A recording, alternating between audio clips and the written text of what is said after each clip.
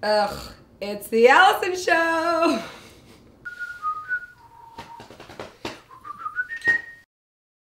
Hello, it is Allison of The Allison Show. In this video, I'm going to show you how to make the perfect, yummiest, most beautiful buttercream frosting.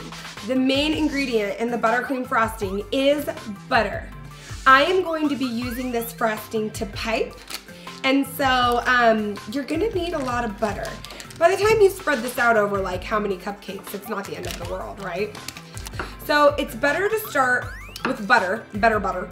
It's better to start with butter that's a little colder than it is to start with melted butter.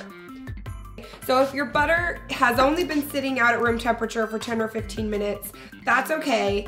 Ideally you leave it, sitting out, I don't know, you can leave it sitting out a couple days if you want, but.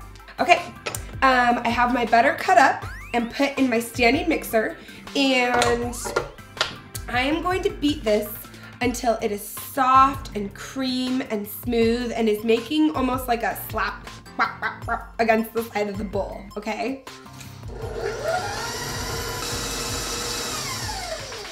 If your butter is a little bit colder, this is gonna take a little bit longer, maybe a couple minutes. If your butter is actually room temperature, it's really only gonna take about 30 seconds. I'm gonna scrape down the sides of my bowl.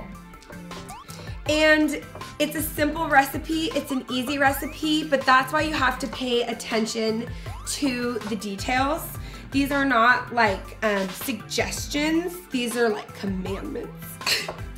All right, now it's time to add the powdered sugar. Our butter is not clumpy or lumpy, it's not melted, it's just pale and smooth and whipped, okay, or whipped. Like your boyfriend. Just kidding, that was awful. I'm sorry. Okay, moving on. For perfect buttercream, you do want to sift it. But you know how I said the butter, like it has to be a certain way? You don't have to sift your powdered sugar. This is the best way, like a sieve like this, is the best way to sift it. And I just, dump it in. Hello. I'm not giving you exact measurements because it's not an exact science, unlike a lot of other baking. It's just about the consistency, okay? But it's about 2 cups of butter to about 4 cups of powdered sugar. Ugh, such a mess. Such a tragic mess. There we go. Okay. Then you're gonna wanna add it to your butter, like your sifted powdered sugar, or just dumping it straight out of the bag, depending on your time situation, about a cup at a time. Start on a low setting, or you're gonna look like a bad sitcom. Now see there how it's starting to get that nice whipped look again? That's how you know you're ready for your next batch of powdered sugar. Okay, so the best way to know whether or not your icing, or your frosting in this case, is done is to taste it. 1, so good. Very sanitary with my finger.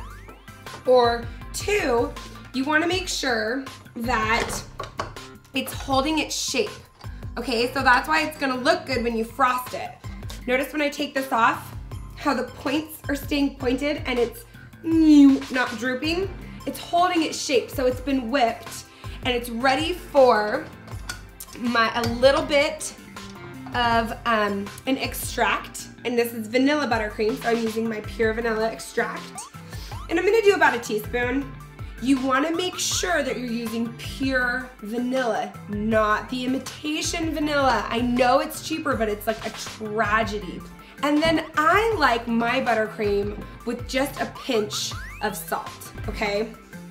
Just to cut through the sweetness a little bit. It's just really yummy.